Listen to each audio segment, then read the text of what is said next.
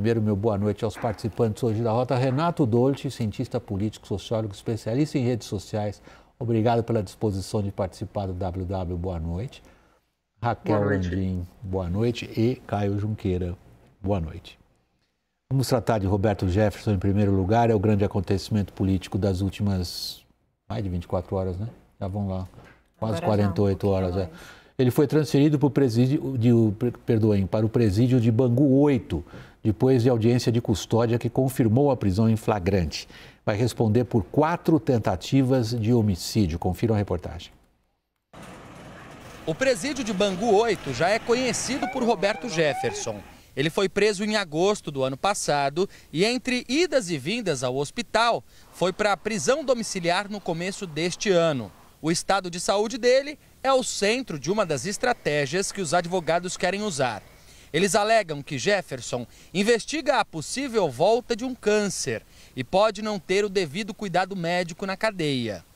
Outra estratégia estudada é usar imagens em que Jefferson aparece negociando sua rendição com um policial federal para provar que o clima era pacífico e que a reação inicial foi um susto.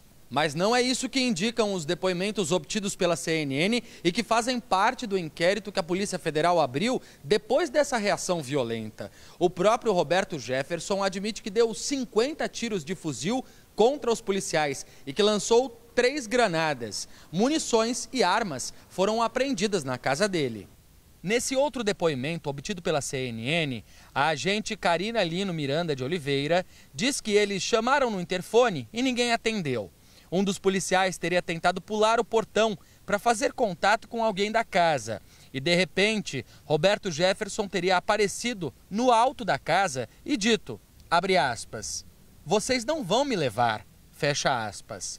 Quando os policiais avisaram que queriam pacificamente cumprir a decisão de Moraes, Roberto Jefferson teria mostrado o pino da granada e ficado com ele na mão. E teria dito, abre aspas, vocês juntinhos aí vão se machucar, fecha aspas. Ela conta que ele teria jogado a granada contra a viatura. Os policiais correram e ele teria começado a atirar. Depois do confronto em Comendador Levi Gasparian, Roberto Jefferson só se entregou na madrugada de domingo para segunda.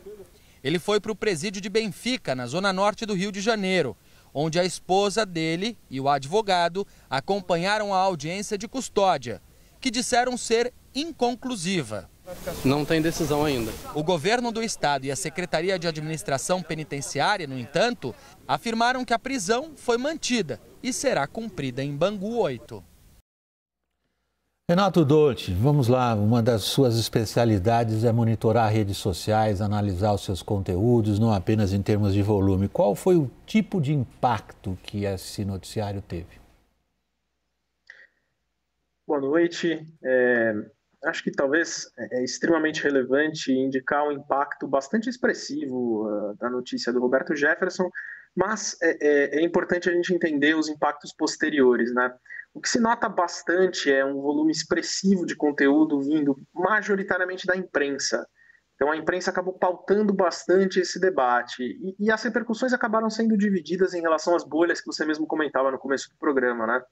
O que a gente vê na bolha principalmente do bolsonarismo e do bolsonarismo mais radical, em primeiro momento um choque com a prisão do Roberto Jefferson e subsequentemente elogios bastante fortes e calorosos ao próprio Roberto Jefferson e um apoio muito expressivo, principalmente por conta de uma polarização com o STF, que é um inimigo ali já relativamente histórico do bolsonarismo mais radical. Então, ele está sendo visto dentro dessa bolha como um mito, como alguém que defendeu ali um posicionamento relacionado à liberdade de imprensa, ou que marcou posição contra o STF, principalmente na figura do Alexandre de Moraes. Então, esse elemento acaba sendo muito forte em relação ao STF, em relação ao TSE. Então, a gente percebe esse elemento com bastante força. Em relação à esquerda, a gente percebe ali, principalmente nas bolhas relacionadas ao ex-presidente Lula, há já um fato como uma certa divulgação e uma leitura de que isso seria um trunfo para a campanha.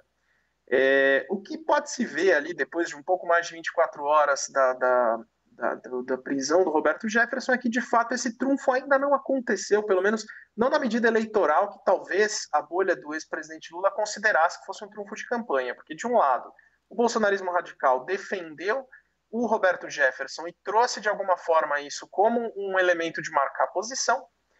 A esquerda ficou muito dentro da bolha do ponto de vista de redes sociais, divulgou muito essa informação, e a gente percebe que esse eleitor mais indeciso, ou eleitor não politizado, que ainda soma ali 60% do total de eleitores, não se interessou muito por essa conversa, não engajou muito com esse assunto. Quem gerou muito ruído, de fato, foram as militâncias. Esse eleitor ele acabou não engajando.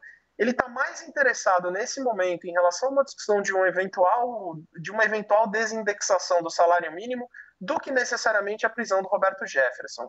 Esse eleitor, diga-se de passagem, ficou mais interessado em buscar, por exemplo, no Google, qual é a doença do Roberto Jefferson do que o fato em si. Então parece, nesse momento, que a gente ainda não vê toda essa movimentação que, de fato, poderia se esperar, por exemplo, um tiro no pé em relação à campanha, etc. Renato, obrigado. É uma radiografia interessante para nós jornalistas. Você está dizendo em poucas palavras o seguinte: vocês jornalistas se empolgaram à beça com o assunto, o eleitor nem tanto. E o retrato dele das redes sociais é um aspecto dessa questão. O outro é como que as campanhas políticas, portanto, como que as decisões políticas em decorrência da percepção disso que o Renato acabou de definir se manifestou. Bolsonaristas, ou melhor dito, a campanha do Bolsonaro pareceu muito preocupada, a do Lula pareceu muito empolgada. O Renato está dizendo que não devia ter sido nenhum nem outro. Bom, vamos lá. William, se a gente pegar o impacto, como que as cúpulas das campanhas interferem nas bolhas, o retrato é exatamente esse. Campanha do Lula otimista, começa essa reta final, essa última semana otimista, e a campanha do Bolsonaro começa, eu senti, um pouco mais pessimista. Mas nós estamos falando exclusivamente em função desse episódio, certo? Sim, exatamente, okay. Em função desse episódio. Esse episódio, de certa maneira, deu um gás para a campanha do Lula e colocou ali uma certa suspeição na campanha do Bolsonaro. Esse é um dado. Tanto que teve essa coletiva agora, no final do dia, né, que acho que a gente vai tratar disso, mas vai o ministro das Comunicações, com o responsável pela comunicação da campanha, na porta do Palácio da Alvorada, acusar um desequilíbrio nas mídias regionais do Nordeste em favor do Lula. Qual que é a leitura disso? Isso, qual que é a leitura disso? Tentando desviar um pouco o assunto principal. Agora, eu achei interessante que o Renato coloca que, apesar da campanha do Lula estar otimista e isso ter dado ali um gás nessa reta final, o foco da campanha do Lula nesta semana é exatamente economia popular, salário mínimo, correção da tabela do imposto de renda, falar com classe C, D e E. Ou seja, então se isso por um lado, anima, né, por achar que ali tem todo o estereótipo do bolsonarismo na campanha, para reforçar as críticas que a campanha faz, o próprio ex-presidente Lula, por outro lado, o foco continua sendo economia popular e esse eleitor classe C, salário mínimo e imposto de renda. Eu queria completar isso que o Caio falou. Ontem mesmo teve uma reunião da campanha do Lula e pela apuração que eu tive, eles entenderam essa diferença. O que eles me relataram é o seguinte: tem dois tipos de eleitor indeciso hoje no Brasil. Um eleitor indeciso que está preocupado com a economia, com o bolso, e com esse eleitor eles querem falar através dessa questão do salário mínimo, da desindexação, que, enfim, a gente sabe, foi uma discussão requentada, que foi distorcida até pelo PT, mas que foi uma narrativa que colou.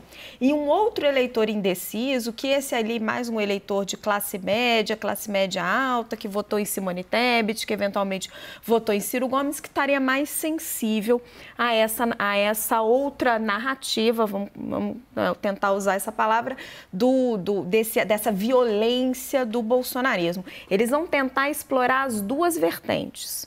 E aí me pontuaram o seguinte: vamos trabalhar uma nas redes sociais, que é essa do bolsonarismo, que é uma coisa da violência, que é uma coisa que teria mais acesso ali nas redes, embora ele diga que não, né, tá falando que não chega nesse eleitor indeciso, mas para a televisão, para falar com a camada mais pobre, continuar martelando em cima do salário mínimo. São dois trilhos da discussão, então, portanto, Renato.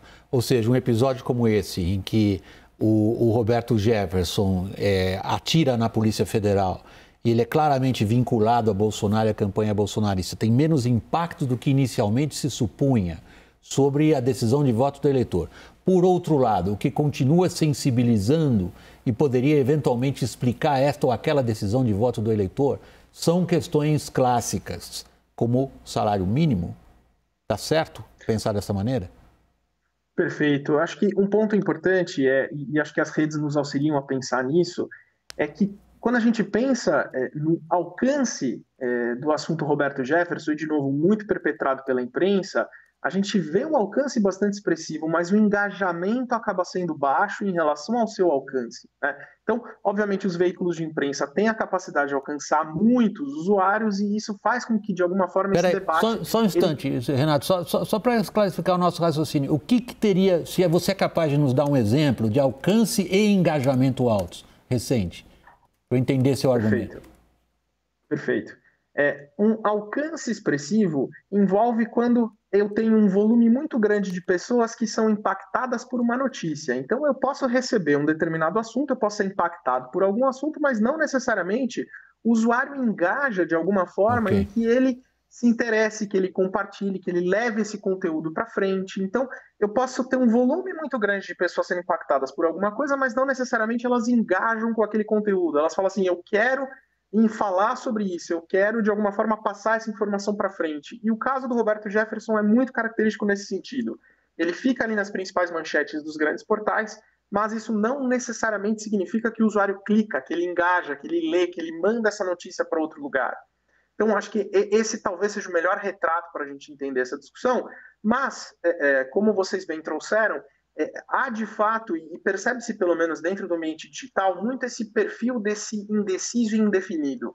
E ultimamente eu venho falando muito sobre a diferença do indeciso e do indefinido. Por mais que os termos sejam bastante parecidos, talvez essa eleição tenha essa diferença muito marcada, né? Quando a gente olha para as pesquisas, a gente vê ali entre 1% e 2% desse eleitor indeciso.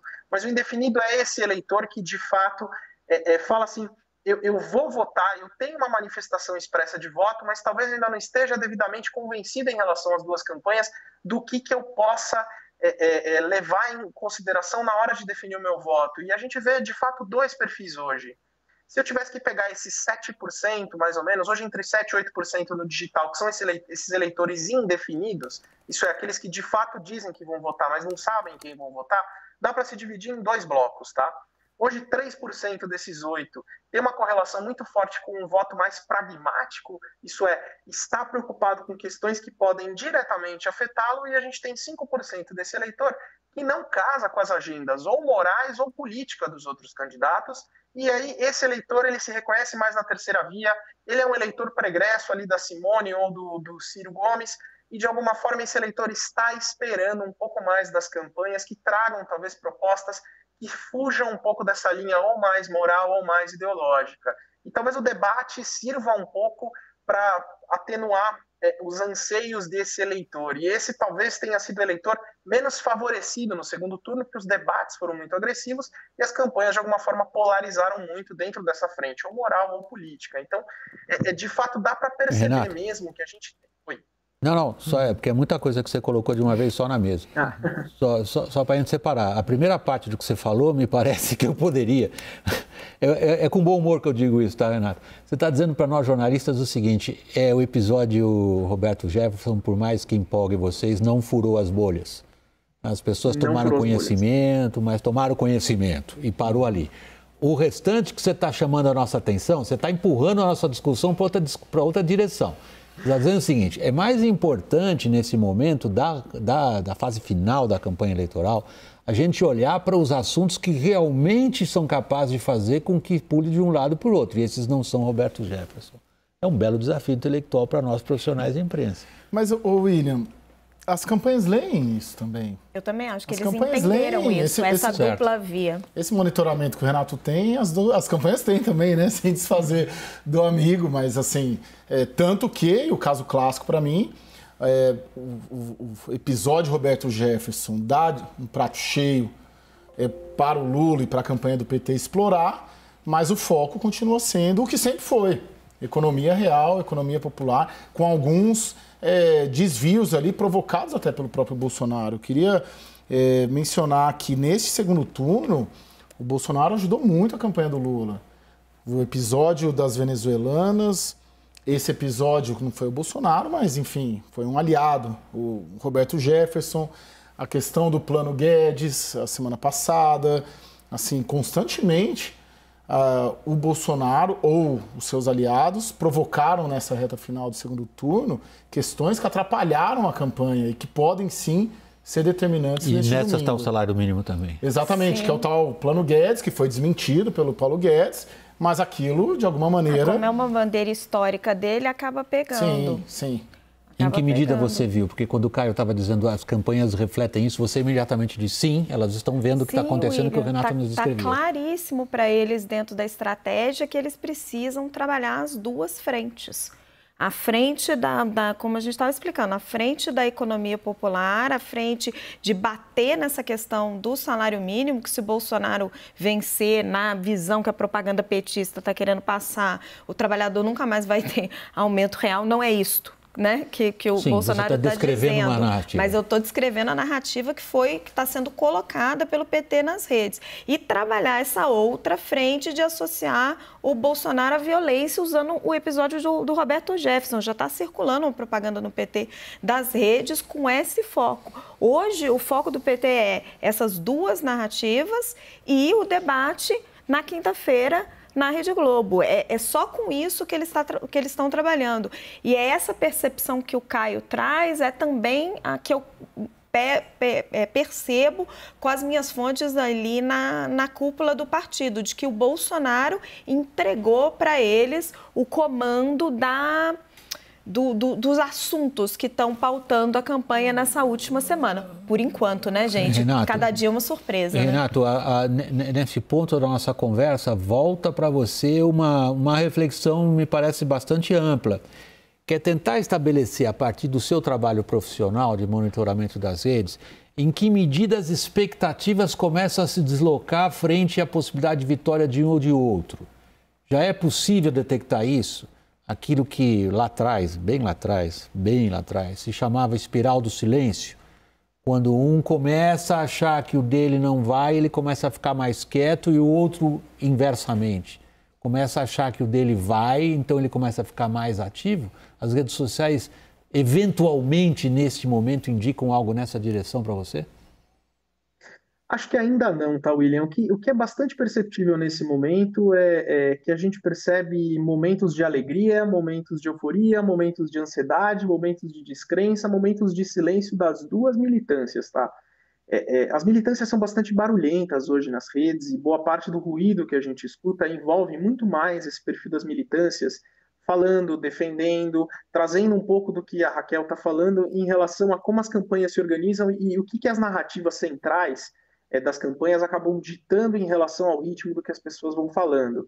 Nesse momento, ainda é bastante perceptível que as pesquisas continuam tendo um papel muito expressivo nessa animação ou na ansiedade das militâncias, tá? Então, na semana passada, com uma aproximação ali do Bolsonaro nas pesquisas, a gente percebeu a esquerda bastante preocupada e, ao mesmo tempo, mais triste, eu diria, mas principalmente ansiosa. Hoje, já com as pesquisas mostrando que o Lula, de alguma forma, cresce ali dentro da margem, mas, ao mesmo tempo, mantém uma folga, isso anima novamente as militâncias. Então, novamente, por mais que a gente tenha diversos tipos de fatos, por mais que as militâncias estejam envolvidas no direcionamento dos partidos, e que exista essa coisa de falar, tem um trunfo do lado de cá ou do lado de cá, é super possível dizer que o que a gente percebe na internet, principalmente nas redes sociais, é uma conexão muito forte da animação das pesquisas e a relação que as militâncias estabelecem com os dados das pesquisas. Seja com mais credibilidade ou menos credibilidade, elas ainda ditam um pouco do ritmo do que a gente está vendo.